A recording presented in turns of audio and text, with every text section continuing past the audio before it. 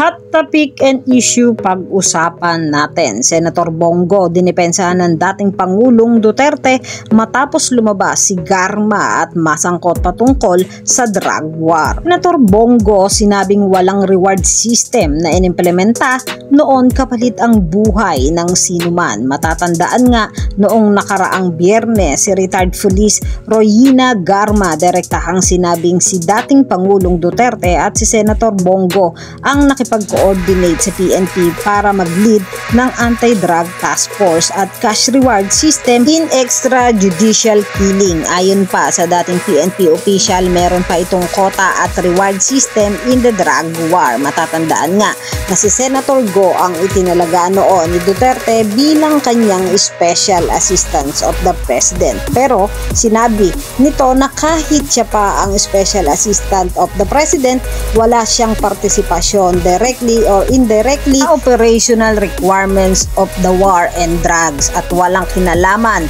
ang kanyang opisina sa operasyon at organisasyon ng kapulisan at hindi rin anya siya mismo ang humahawak ng pera ng opisina ng Pangulo dahil hindi anya parte ng kanyang tungkulin noon. Sa huli, sinabi nito na nakakalungkot na baliktad na ang panahon ngayon at hinahaluan na ng politika ang investigasyon at binabaliwala na ang pinagsikapan ng nakaraang administrasyon. Yan na mga hot topic and issue dito lamang sa Tambalang JK.